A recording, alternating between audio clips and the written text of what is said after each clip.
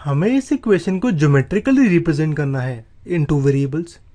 Two variables में हमारी x and Y axis दोनों होती हैं, यानी हम इस इक्वेशन y इक्वल टू 3 को x और y की टर्म्स में लिखते हैं।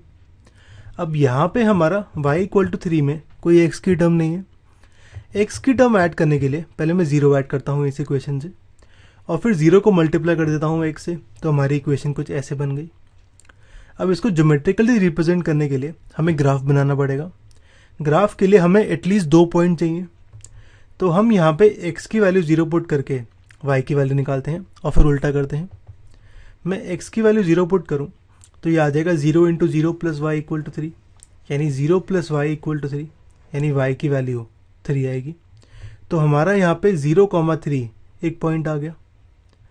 अब यहाँ पे अगर मैं y की वैल्यू 0 पुट कर दूँ तो मेरी ये चीज़ 0 हो जाएगी, 0 इंटू एक्स भी 0 हो जाएगा, यानी 0 इक्वल टू 3 आ जाएगा, जो कि पॉसिबल ही नहीं है।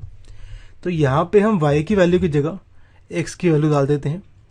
अगर मैं x की वैल्यू 1 डालूँ तो ये आ जाएगा 0 into 1 plus y equal to 3, यानी 0 प्लस वाई इक्वल टू 3, यानी y की वैल्यू 3 आएगी। तो अब हमारा पॉइंट आ गया 1,3। तो हमारा यहाँ पे 2 पॉइंट्स आ गए। इसको हम ऐसे डिनोट कर लेते हैं 0,3 1,3। इसे हम प्लॉट करते हैं। मेरा ग्राफ कुछ ऐसा होगा, ये मेरी एक्स एक्सिस, ये वाई एक्सिस, जहाँ पे इंटरसेक्ट करती है वो होता है ओरिजिन पॉइंट O। अब एक्स है मेरा 0 और 1, तो इसको हम कुछ ऐसे बना लेते हैं, वाई को कुछ ऐसे। अब पहला पॉइंट है 0,3, 0,3 मेरा ये वाला पॉइंट होगा। दूसरा पॉइंट है 1,3, 1,3 ये वाला पॉइंट होगा।